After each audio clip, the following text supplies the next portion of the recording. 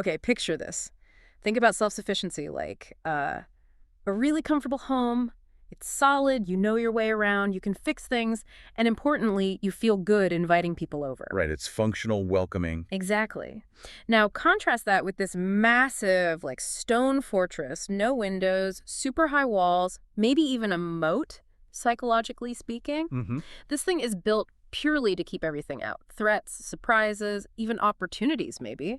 Definitely designed to prevent pain. And from the outside, that fortress looks impressive, doesn't it? Mm. See strength, maybe competence, definitely independence. Yeah, fierce independence. But what behavioral health experts are telling us and what we're digging into today Yeah. is that inside that fortress, well, it's often not about freedom at all. It's more like a very effective but also very lonely prison. That's such a paradox, isn't it? Because we often celebrate that, rugged individual.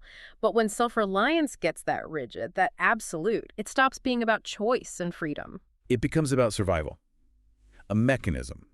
And that's the key difference. We're exploring true, healthy independence versus what's being called hyperindependence. Right. So our mission today is to unpack this idea of hyperindependence, looking at it not just as a personality quirk, but as a trauma response. Exactly, a coping strategy that's become deeply ingrained. It often comes from this really intense need to shield yourself from being hurt or let down again. And while, independence itself is good, this extreme version, this walled-off way of living, it leads straight to isolation, feeling detached emotionally, and it actually gets in the way of healing. That armor, you could say, built from past hurts, just gets too heavy eventually. So how do you tell the difference? How do you know if that self-reliance has crossed the line? We're going to explore 6 key signs that suggest it's become more of a trauma response, something that limits life rather than enables it. Okay, let's unpack this. All right. So the first place this fortress really shows itself is in actively refusing help from the outside. These are the walls facing outwards. The external defenses. And the core idea here, from what we're seeing, is that really difficult experiences, trauma, can basically install this belief deep down.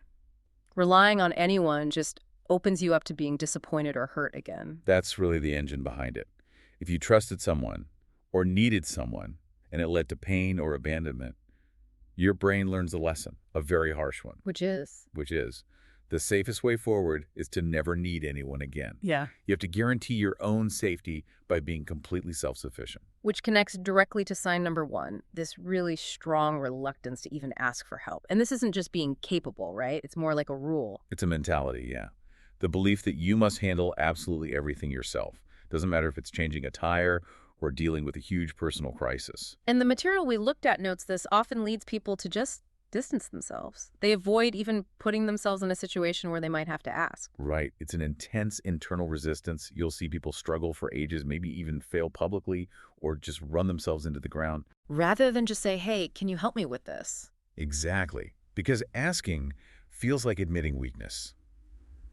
And the cost is huge, obviously. It doesn't lessen the emotional weight of the trauma at all. It actually makes it heavier. Like being trapped on an island, constantly defending it. Perfectly put. Constantly using energy just to keep up that appearance of perfect competence. Okay, so that's the reluctance to ask. Then sign 2 is actually refusing help even when someone offers it freely, like someone sees you're struggling and says, hey, let me grab that for you, or I can help with that. Yes, and the reaction isn't relief or gratitude. Often it's discomfort, sometimes even suspicion. Like, what's the catch? Precisely. That trauma response is clever in a way. It tells you that accepting help makes you weak or maybe indebted. It feels unsafe, vulnerable. So people might actually go to pretty extreme lengths to avoid accepting help. Oh, absolutely. Neglecting their own health, skipping meals, avoiding doctors, all to maintain this image, this proof that they can manage every single thing alone. Wow. And that intense drive, that need to prove self-reliance, that leads directly to burnout, doesn't it? And loneliness, emotional exhaustion. Swiftly and inevitably. But the defenses aren't just pointed outwards. Right. Here's where it gets really interesting, I think. Moving from avoiding other people to, in a way, avoiding parts of yourself. So if the first 2 signs were about those external walls, the next set is about what's going on inside the fortress, building barriers around your own feelings. That internal fortress, it's often quieter, maybe less obvious from the outside, but incredibly damaging. Because the fear of external pain is so potent, the person learns essentially, that the safest path is to prioritize doing things, being strong, over feeling things. If you don't feel it, it can't hurt you. Is that the logic? Sort of, yeah. Or at least you believe it can't hurt you as much. Yeah. Which brings us neatly to sign 3, difficulty expressing vulnerability. Okay, so what does that look like? Is it just being uncomfortable sharing? It's often deeper than just discomfort. It can feel like a profound sense of weakness, almost like a failure, when you try to share how you really feel or open up emotionally. The very idea might trigger anxiety, maybe even a physical feeling of wanting to pull back. And where does that come from? Well, clinicians often trace it back to past experiences where trust was broken, betrayal, abandonment. Situations where opening up did lead to pain. So the brain learns vulnerability equals danger. Exactly. The logic becomes, I shared my feelings before and I got hurt. Therefore, sharing again will only lead to judgment or rejection. So suppressing emotions, burying them, it starts to feel like the only safe option. You trade connection for perceived safety. And if you keep suppressing those feelings long enough, I guess that leads to sign 4, emotional self-neglect. Precisely.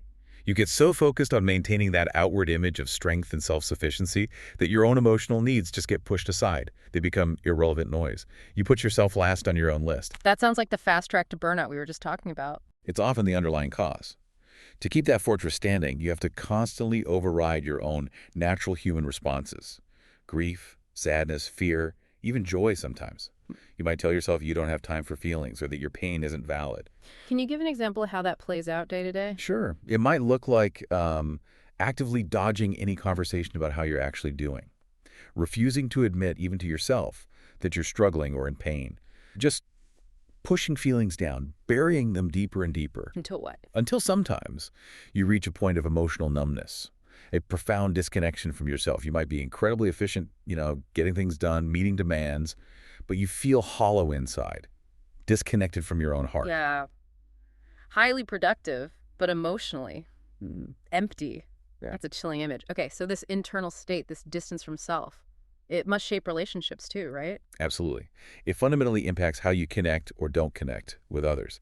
This mechanism doesn't just isolate you. It dictates who gets close and how close. Which brings us to sign 5, fear of intimacy and maybe insecure attachment styles. Exactly. Because forming those really deep, close bonds, the ones that require vulnerability and trust, well, those are the very things the hyperindependent trauma response is designed to prevent.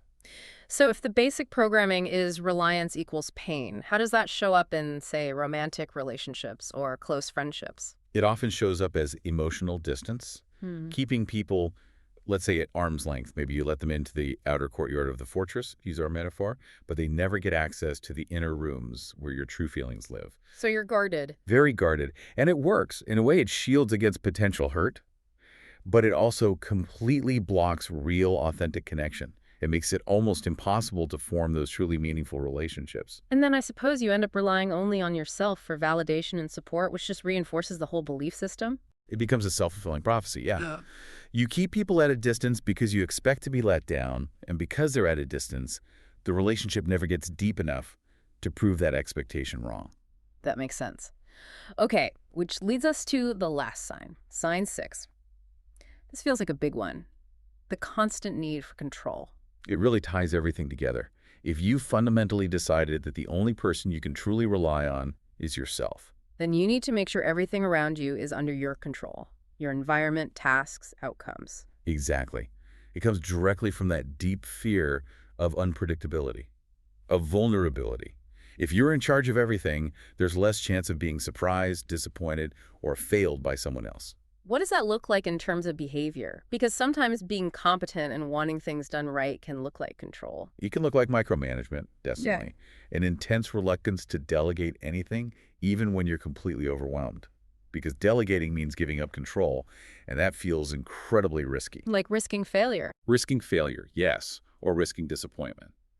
It can also look like difficulty accepting input from others, maybe seeing collaboration as inefficient or messy. And here's a subtle but important point.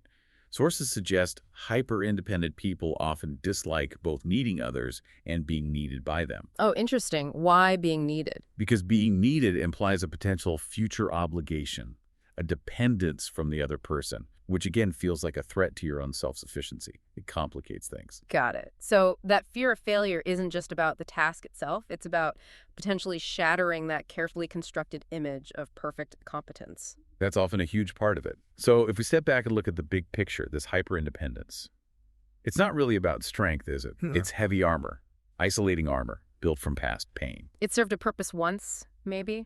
Protection. In the short term, absolutely. But long term, it severely limits your ability to live a full, connected life. Recognizing these signs we've discussed, the reluctance with help, avoiding vulnerability, the self-neglect, the distance, the need for control, that recognition is the crucial first step. You have to see the walls before you can start to dismantle them. And the key insight here feels like you can't heal alone. You certainly can't heal something you refuse to even look at. Precisely. And the goal isn't to become completely dependent, obviously. It's about softening those fortress walls, finding a way towards self-compassion, and often seeking professional help, especially from people trained in trauma, can guide that journey towards healthier, more flexible relationships. It's about changing the story you tell yourself, maybe. Moving away from seeing reliance as weakness. Yes, and learning to see connection and mutual support as what they really are. Vital resources, the foundation of true adult strength, not a liability. So what does this all mean? I guess it means that healing from trauma, it takes incredible courage. It's a transformative path. It really is. And maybe vulnerability isn't the weakness we're taught to avoid. Maybe it's actually a testament to strength, to resilience. The bravery it takes to face life's difficulties head-on without the armor. It takes immense bravery to lower that shield, absolutely. Breaking down those walls is scary, no doubt. But it's also the only way to let the light in and, maybe more importantly, to let yourself out. So as you're listening, maybe consider this. How might embracing vulnerability, actually reaching out for support, how might that empower you to heal, to grow beyond the limits that past hurts might have imposed? Is the safety of that fortress really worth the price of isolation?